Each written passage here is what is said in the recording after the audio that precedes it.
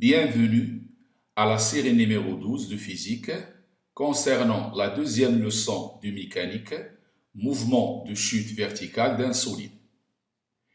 J'ai choisi 6 exercices extraits des examens de baccalauréat pour réviser cette leçon. Je vais traiter les exercices de cette série un par un. Exercice 3. L'objectif de cet exercice est d'étudier le mouvement de chute verticale d'une bille métallique dans l'air et dans un liquide visqueux. On a les données, la masse volumique de la bille, la masse volumique du liquide, le volume de la bille, valeur numérique en mètres cubes, l'accélération de pesanteur. À l'instant t égale à 0, on libère la bille d'un point O confondu avec son centre d'inertie.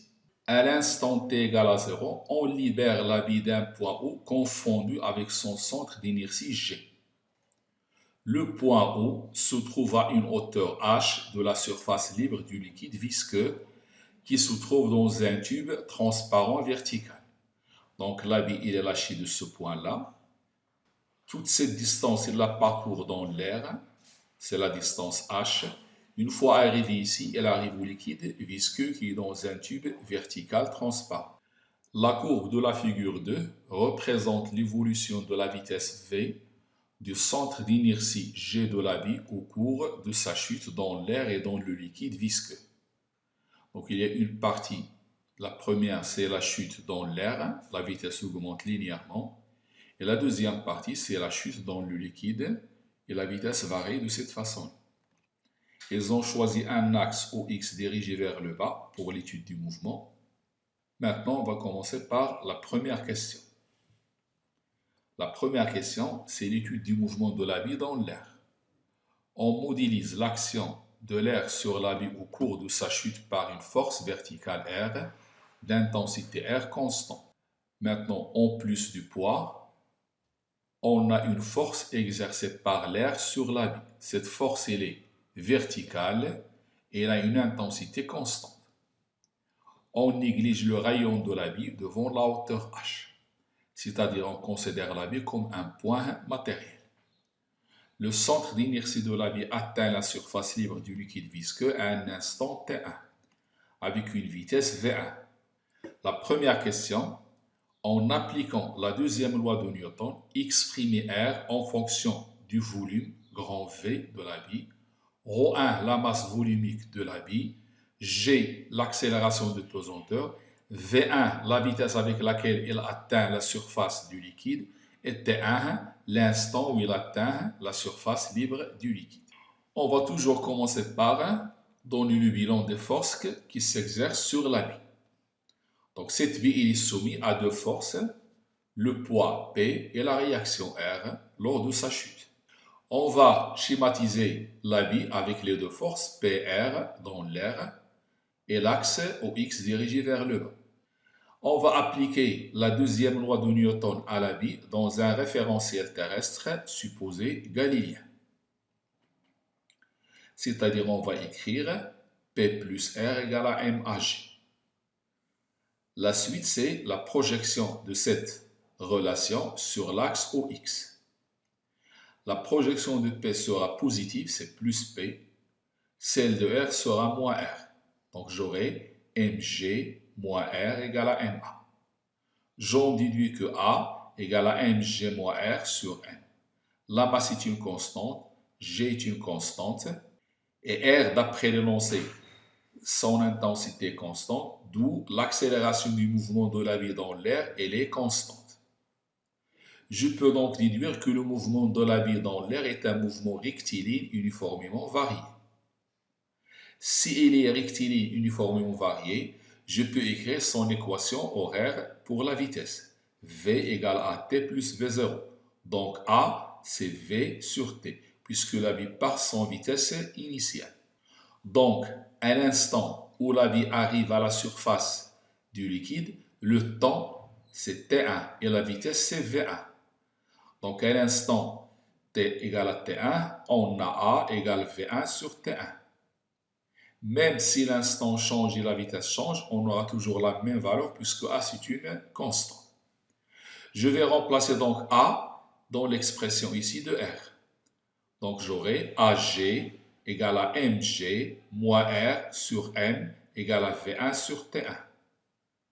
Donc, tout calcul fait, R égale mg moins mv1 sur T1, c'est-à-dire m facteur de g moins v1 sur T1. C'est l'expression de R en fonction de v T1. Maintenant, je vais remplacer m par ρ fois v. On trouve donc finalement que R égale ρ1 fois v au lieu de m, g moins v1 sur T1. Ce sont les grandeurs demandées dans le texte. Donc, premièrement, je ne pouvais pas calculer R car je ne connais pas A. Donc, j'ai d'abord déterminé que A est une constante pour pouvoir déduire la nature du mouvement. Une fois la nature du mouvement déduite, je peux écrire soit l'équation horaire, soit l'équation de la vitesse. Et j'ai déduit l'expression de A que je vais remplacer ici à l'instant T1. Deuxième question. En exploitant la courbe V égale à F de T, calculer la valeur de R. À savoir que le mouvement dans l'air, c'est cette partie-là. Donc cette partie-là, la vitesse, il est linéaire. Donc la courbe V égale à F de T est linéaire dans l'intervalle 0, 0,35, c'est-à-dire à partir de 0 jusqu'à 0,35. Donc dans cette partie, je peux écrire que V égale à K fois T, puisqu'il est linéaire, il passe par l'origine. Avec K, c'est le coefficient directeur, delta V sur delta de T. Je vais calculer K en choisissant deux valeurs de la vitesse et leur abscisse dans le temps. Prenons par exemple cette vitesse qui est 3 et qui a comme abscisse 0,35 et 0 qui a comme abscisse 0 aussi. Donc ça donne 3 moins 0 sur 0,35 moins 0, ça donne 8,57. Cette valeur 8,57, c'est delta V sur delta T, c'est l'accélération. Donc, je peux écrire que V égale à 8,57 T.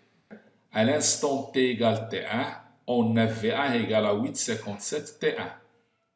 Donc V1 sur T1, c'est 8,57. C'est l'accélération de tout à l'heure. Auparavant, on avait l'expression de R qui est égale à ρ fois V1, G moins V1 sur T1. Je vais remplacer V1 sur T1 par 8,57. Je remplace G par sa valeur, ainsi que V, ainsi que R. On trouve 1,4 10 puissance moins 2 newtons. On a exploité la première partie de la courbe qui concerne le mouvement de la bille dans l'air. Deuxième question, l'étude du mouvement de la bille dans le liquide visqueux. On voit ici que la bille pendant sa chute dans le liquide visqueux, en plus de son poids, il est soumis aux forces, la poussée d'Archimède, ρ2 Vg avec un signe moins, ça veut dire F est dirigé vers le haut. Force de frottement visqueux, F égale à moins kVi. On modélise l'évolution de la vitesse V du centre d'inertie de la bille dans le système international des unités par l'équation différentielle. Dans cet exercice, on nous a donné l'expression numérique de l'équation différentielle. Première question, trouver l'équation différentielle latérale vérifiée par la vitesse V du centre d'inertie de la bille en fonction des données du texte. On va suivre toujours la même méthode, c'est d'abord donner le bilan des forces. C'est-à-dire que la bille est soumise à trois forces, la poussée d'Archimède, force de frottement fluide et le poids de la bille. Donnons la figure correspondante, le centre d'inertie de la bille et les trois forces. Et l'axe du mouvement, c'est vers le bas. On applique la deuxième loi de Newton à la bille dans un référentiel terrestre considéré galiléen, c'est-à-dire sigma des forces égale à P plus F plus F égale à MA. Donc on voit c'est du copier-coller des exercices précédents. Par projection sur l'axe au X, la projection de P est positive, les autres projections sont négatives. Et je remplace chaque force par son expression mg. F c'est moins ρ de Vg et F c'est kV égale à n dV sur dt. Je vais maintenant diviser cette équation différentielle par n. J'obtiens dV sur dt égale moins k sur n fois V égale à cette expression divisée par V. C'est cette première partie. Je peux arranger ce calcul en mettant mg sur m, il me reste g. Rho de V sur G sur M, je remplace M par Rho 1 fois V. Le volume se simplifie, il me reste Rho 2 sur Rho 1 fois G. En factorisant par G, j'obtiens 1 moins Rho 2 sur Rho 1. Donc dV sur dt égale moins K sur mV plus G facteur de 1 moins Rho 2 sur Rho 1. Ceci, c'est l'équation différentielle latérale. Je peux l'arranger et l'écrire d'une forme un peu plus compacte en posant par exemple que B, c'est l'inverse de ça, c'est M sur K, et que A, c'est ce terme. Je peux poser B égale à K sur M, carrément, et j'obtiens dV sur D de T égale à A moins V sur B. Parce que j'ai posé K sur M, c'est l'inverse de B. Cette équation différentielle en lettres, c'est celle demandée dans l'exercice. Je peux la laisser comme ça. Pour écrire plus simple, je peux poser des constantes et l'écrire avec ces constantes. Deuxième question, en utilisant cette équation différentielle latérale, celle-là ou bien celle-là, et le graphe de la figure 2, vérifie que l'équation différentielle 1 est correcte. Ça veut dire, vérifie que dV sur dt égale à 5,2 moins 26V, elle est correcte. En partant de cette équation différentielle latérale et de la courbe de la figure 2.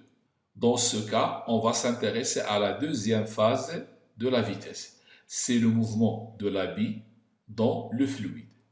On a A égale G facteur de 1 moins Rho 2 sur Rho 1. En remplaçant chaque terme, on trouve 5,2. Donc, le premier terme, il est juste. Maintenant, il faut calculer 1 sur B. Il faut trouver 1 sur B égale à 26.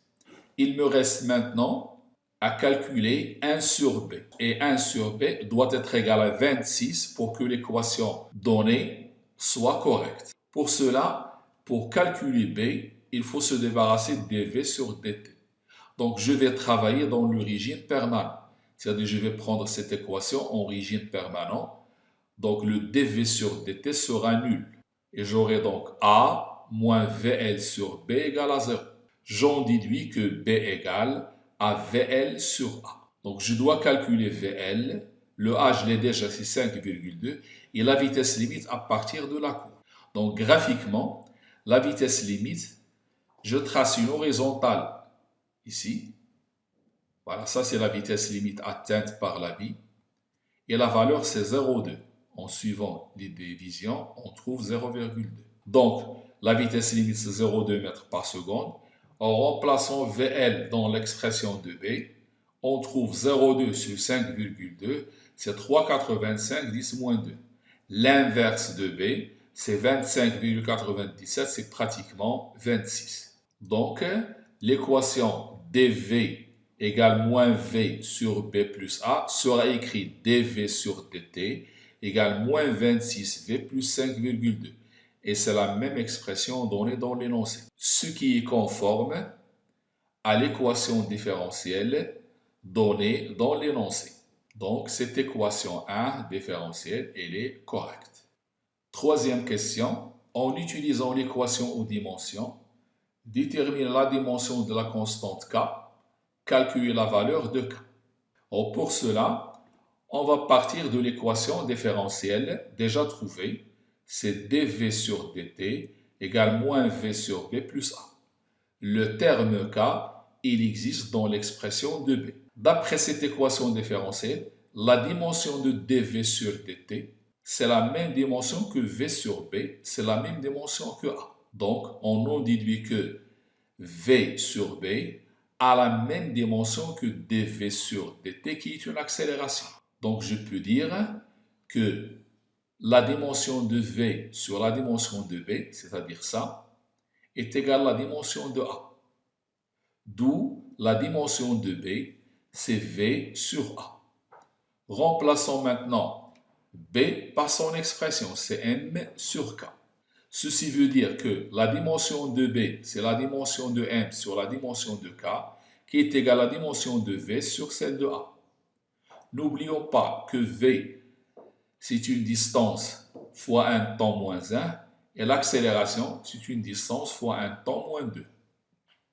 Donc M sur K, c'est Lt-1 pour la vitesse et Lt-2 pour l'accélération. Le L se simplifie, le T-1, T-2, ça devient T. Donc M sur K a la dimension d'un temps. D'où K, c'est la dimension de M sur T. La dimension de M, c'est une masse, donc la dimension de K, c'est une masse fois un temps moins 1. Donc l'unité de K, c'est kg seconde moins 1. Pour calculer sa valeur, j'ai déjà B qui est égal à M sur K. Donc K égale à M sur B. Je remplace M par ρ fois V1, je divise par B. J'ai déjà trouvé ρ fois V1 dans l'énoncé. La valeur de B, c'est déjà calculé précédemment. Ça donne 0,29 kg seconde moins 1. La dernière question de cet exercice concerne la méthode d'Euler. Sachant que la vitesse du centre d'inertie de la vie dans le liquide visqueux à un instant TI est VI égale à 2,38 mètres par seconde. Établir à l'aide de la méthode d'Euler que l'expression de la vitesse de G à l'instant TI plus 1, c'est-à-dire l'instant précédent plus delta de T, s'écrit VI plus 1 égale 1 moins 26 delta T fois VI plus 5,20 delta de T. Avec delta de T, le pas du calcul. Calculer VI plus 1 dans le cas où delta T égale à 5 millisecondes. Dans la question, on nous a demandé d'établir à l'aide de la méthode d'Euler l'expression de la vitesse à l'instant TI plus 1 et qu'elle est égale à cette expression-là. Pour cela, je vais me servir de deux choses. La première chose, c'est l'équation différentielle donnée dans l'énoncé. dV sur dt égale moins 26V plus 5,2. Toujours pour utiliser la méthode d'Euler, on a besoin de l'équation différentielle et de la condition initiale. Si j'écris AI, elle est égale à moins 26 VI plus 5,2. Donc je connais l'accélération à l'instant TI. Cette accélération à l'instant TI s'écrit sous la forme VI plus 1 moins VI sur delta de T. C'est la méthode utilisée lors de la résolution de l'équation par la méthode d'Euler dans le cours. Puisque AI égale à VI plus 1 moins VI sur delta de T et AI aussi égale à moins 26 VI plus 5,2, j'en déduis que cette expression elle est égale à cette équation à l'instant T. Donc, VI plus 1 égale VI plus 5,2 moins 26 VI fois delta de T. J'en déduis en factorisant par VI ici que VI plus 1 égale 1 moins 26 delta T fois VI plus 5,2 delta de T. C'est l'expression demandée dans l'énoncé. Pour le calcul, je remplace VI par 2,38 et delta de T par 5,10-3. On trouve 2,097 mètres par seconde. Avec l'exercice 1, l'exercice 2 et l'exercice 3, on a fait le tour de toutes les questions qu'on peut nous demander dans cette leçon. C'est la fin de l'exercice 3 de la série 12 concernant la chute verticale d'un solide. Merci de votre attention et au prochain exercice de cette série.